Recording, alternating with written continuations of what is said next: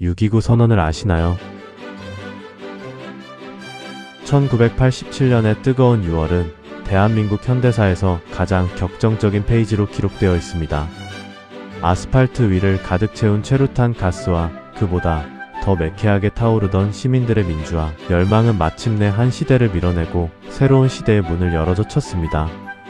그 거대한 경랑의 한복판에서 터져나온 민주정의당 노태우 대표의 이른바 6.29 선언은 얼어붙었던 전국을 단숨에 녹여내며 한국 사회를 회복 불가능한 민주주의의 이행 궤도 위에 올려놓았습니다. 그러나 이 극적인 반전의 이면에는 권력의 치밀한 생존 계산과 야합, 그리고 역사가 준비한 기묘한 역설이 촘촘히 얽혀 있었습니다.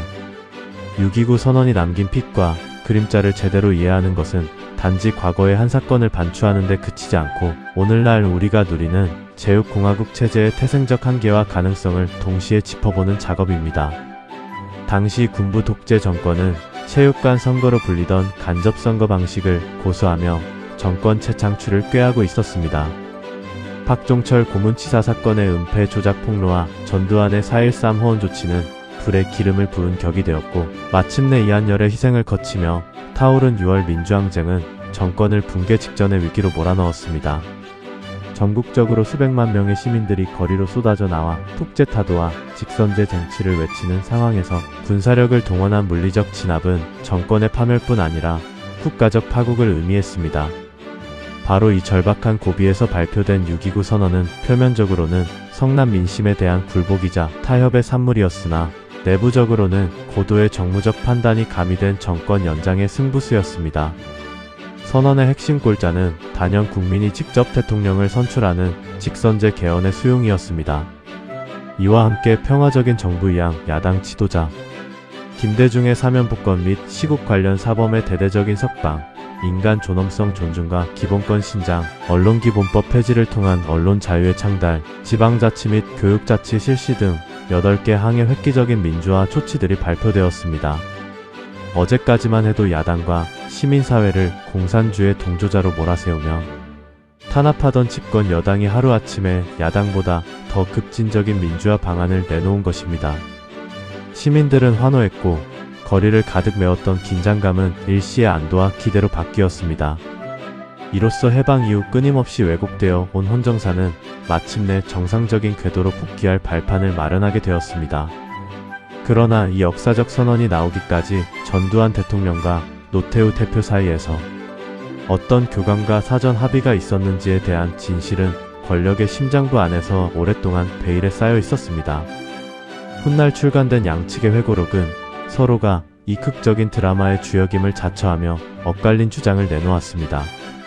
노태우는 자신이 전국을 수습하기 위해 고독한 결단을 내렸으며 군부의 반발과 전두환의 거부감을 무릅쓰고 독자적으로 구상하여 통보하듯 보고했다고 기록했습니다.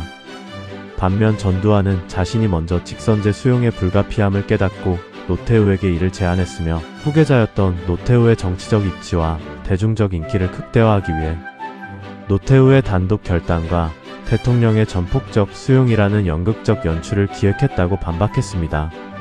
시간이 흐르며 밝혀진 역사적 실체는 이 두 주장의 교집합 어딘가에 존재합니다.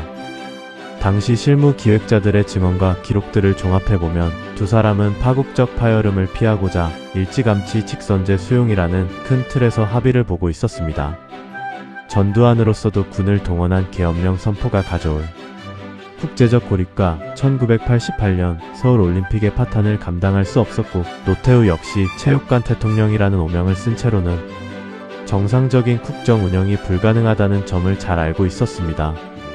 결국 6.29 선언은 후계자 노태우에게 민주화의 기수라는 찬란한 면류관을 씌워주고 전두환에게는 퇴임 후 안전을 보장받기 위한 정교하게 기획된 합작품이었습니다. 민주화를 향한 시민들의 뜨거운 투쟁이 차가운 권력의 역학적 타협과 만나 기묘한 타협점을 찾은 순간이었습니다. 선언 이후 대한민국 정치권은 그야말로 지각 변동을 겪었습니다. 여야는 즉각적인 헌법 개정 협상에 돌입하여 5년 단임의 대통령 직선제를 골자로 하는 현행 헌법을 완성했습니다.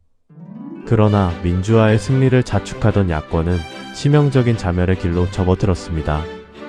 평생을 민주화 투쟁의 동지로 때로는 라이벌로 살아온 김영삼과 김대중은 사면 복권 이후 야권 후보 단일화라는 국민적 열망을 외면한 채 각자의 길을 걸었습니다.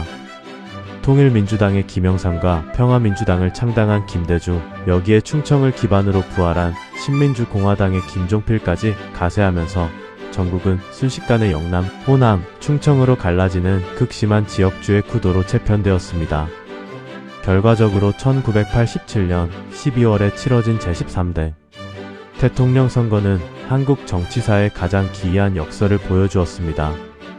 군부 독재를 종식하기 위해 피 흘려 쟁취한 직선제 선거에서 정작 야권의 분열로 인해 군부 정권의 인자이자 후계자였던 노태우 후보가 불과 36.6%라는 사상 최저의 득표율로 당선된 것입니다. 직선제를 요구하며 거리에서 돌을 던지던 시민들의 손으로 군사, 정권의 맥을 잇는 대통령을 직접 뽑게 된 이 아이러니는 한국 민주주의가 치러야 했던 뼈아픈 대가였습니다. 그럼에도 불구하고 이 선거는 평화적인 정권 이양의 선례를 남겼으며 군부 권력의 전횡에 제도적인 제동을 거는 출발점이 되었다는 점에서 부정할 수 없는 역사적 진보였습니다. 소리 없이 시작된 사회적 변화는 더욱 폭발적이고 심층적이었습니다. 6.29 선언이 빗장을 풀자마자 그동안 억눌려 있던 사회 각계각층의 요구가 홍수처럼 터져나왔습니다. 가장 격렬한 불꽃은 일터에서 피어올랐습니다.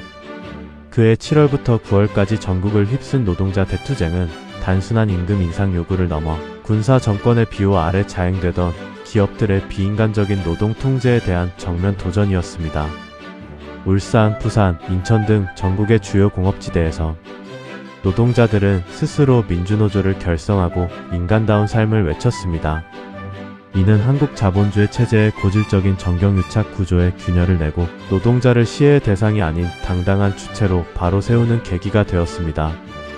동시에 언론의 사슬이 풀리면서 권력의 통제 아래 숨죽이던 보도들이 쏟아졌고 시민사회 단체들이 우후죽죽 늘어나며 권력을 감시하는 시민 권력으로 성장했습니다. 문화와 예술 분야에서도 검열의 빗장이 풀려 창작의 자유가 활성화되었고 오랫동안 중단되었던 지방자치 제도의 도입이 논의되기 시작하면서 중앙집권자, 국가 권력이 아래로 분산되는 분권화의 뼈대가 세워졌습니다. 이 모든 변화는 6.29 선언이라는 좁은 통로를 통해 분출되었으나 그 동력은 결코 권력이 베푼 시혜가 아니라 오랫동안 축적되어 온 민중의 자각과 투쟁의 힘이었습니다. 결국 6.29 선언은 집권 세력에게는 정권 붕괴를 막고 합법적으로 권력을 재창출하기 위한 피치 못할 우회로였으며 국민에게는 군사독재의 기나긴 터널을 빠져나와 스스로 역사의 주인이 되는 관문이었습니다. 비록 야권의 분열과 군부 세력의 재집권이라는 쓰라린 한계를 남겼지만 이 선언을 기점으로 한국 사회는 다시는 과거의 철권 통치 시대로 되돌아갈 수 없는 민주적 불가역성을 확보하게 되었습니다. 제도적 민주주의의 기초를 다진 그날의 대타협은 오늘날 우리가 숨쉬는 일상적 자유의 공기를 만들어낸 결정적 분수령이었으며 그 안에 내포된 타협과 한계는 여전히 우리 정치 사회가 풀어가야 할 미완의 숙제로 남아 있습니다.